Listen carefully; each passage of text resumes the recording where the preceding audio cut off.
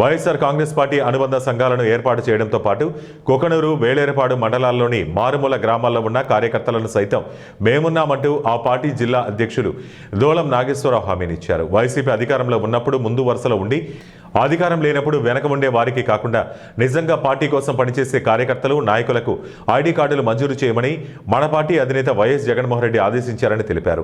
నిజమైన కార్యకర్తల ఐడి కార్డులను చూపిస్తే ఇతర పార్టీలకు వణుకు పుట్టాలన్నారు. పార్టీలోనే కాకుండా గ్రామాల్లో సైతం సమస్యలు ఉన్నాయని, ఆ సమస్యల పరిష్కారం కోసం ప్రతి వైసీపీ కార్యకర్త, నాయకుడు కృషి చేయాలని పిలుపునిచ్చారు. 2029లో జరిగే ఎన్నికల్లో అత్యధిక మెజార్టీతో దేశంలోని అందరూ అబ్బురపోయే విధంగా వైఎస్ జగన్మోహన్ రెడ్డి ఆధ్వర్యంలో వైసీపీ పార్టీ అధికారాన్ని చేపట్టనుందని ధీమా వ్యక్తం చేశారు.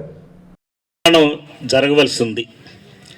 అలాగే గ్రామ స్థాయిలో నిర్మాణం జరిగేటువంటి పరిస్థితుల్లో ముందుగా ప్రతి 2 గ్రామాలకు కూడా ఒకరిని మండల స్థాయి నాయకుల్ని ఇన్ఛార్జిగా అంటే అబ్జర్వర్గా నియామకం చేసుకోవాలి.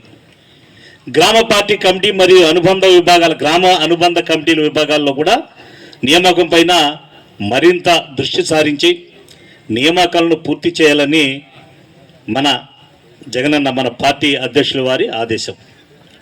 ఆ ఆదేశం ప్రకారమే ఈరోజు